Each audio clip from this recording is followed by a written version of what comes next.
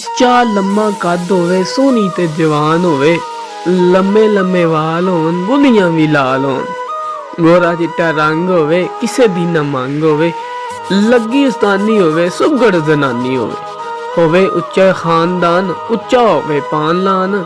ਹਾਂਡੀ ਰੋਟੀ ਕਰੇ ਜਿਹੜੀ, ਕੰਮ ਤੋਂ ਨਾ ਡਰੇ ਜਿਹੜੀ ਸਾਨੂੰ ਫੱਬ ਜਾਏ, ਇੰਜ ਦੀ ਕੋਈ ਮੁੰਡੇ ਲਈ ਕੁੜੀ ਸਾਨੂੰ ਲੱਭ ਜਾਏ। ਐਲੇ ਫੜ ਫੋਟੋ, ਉਹਦੀ ਹੀਰੋ ਲੱਗ ਰਿਹਾ ਏ, ਮੁੰਡਾ ਸਾਡਾ ਸਊਦੀਆ ਕਮਾਈ ਕਰਨ ਗਿਆ ਏ, ਐਫਏ ਵਿੱਚੋਂ ਫੇਲ ਏ ਤੇ 10ਵੀਂ ਉਹ ਪਾਸ ਏ, ਉਂਝ ਹਰ ਕਾਰੋਬਾਰ ਉਹਨੂੰ ਆਉਂਦਾ ਰਾਸ ਏ, ਤਿੱਖੇ ਨੈਣ ਨਕਸ਼ ਨੇ ਤੇ ਰੰਗ ਜ਼ਰਾ ਕਾਲਾ ਏ, ਗੱਡੀ ਛੱਡੀ ਕੋਲ ਏ ਤੇ ਪੈਸੇ ਦੇਲੇ ਵਾਲਾ ਏ, ਮੂੰਹ ਵਿੱਚੋਂ ਚੋਰੀ ਚੋਰੀ ਦਾਲ ਆ ਜਾਂਦੇ ਨੇ, ਜਦੋਂ ਹੱਸੇ ਜ਼ਰਾ ਥੋੜੇ ਦੰਦ ਬਾਹਰ ਆ ਜਾਂਦੇ ਨੇ।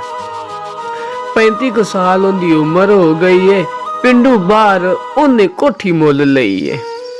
ਹੱਥ ਨਹੀਂ ਲਾਇਆ ਉਹਨੇ ਕਦੀ ਨਸਵਾਰ ਨੂੰ, ਸਿਗਟਾਂ ਪਿਆਲਦਾ ਏ ਹਰ ਇੱਕ ਯਾਰ ਨੂੰ, ਐਬ ਸ਼ੈਬ ਉਹਦੇ ਵਿੱਚ ਲੱਭੇਗਾ ਨਾ ਕੋਈ ਵੀ, ਗਲੀ ਵਿੱਚੋਂ ਪੁੱਛੋ ਭਾਵੇਂ ਦੱਸੇਗਾ ਨਾ ਕੋਈ ਵੀ। ਦਾਜ ਤੇ ਜਹੇਜ਼ ਸਾਨੂੰ ਉੱਕਾ ਨਹੀਂ ਹੋ ਚਾਹੀਦਾ, ਮਾਪਿਆਂ ਦੇ ਉੱਤੇ ਇੰਜ ਬੈਨ ਵੀ ਨਹੀਂ ਲਾਈਦਾ,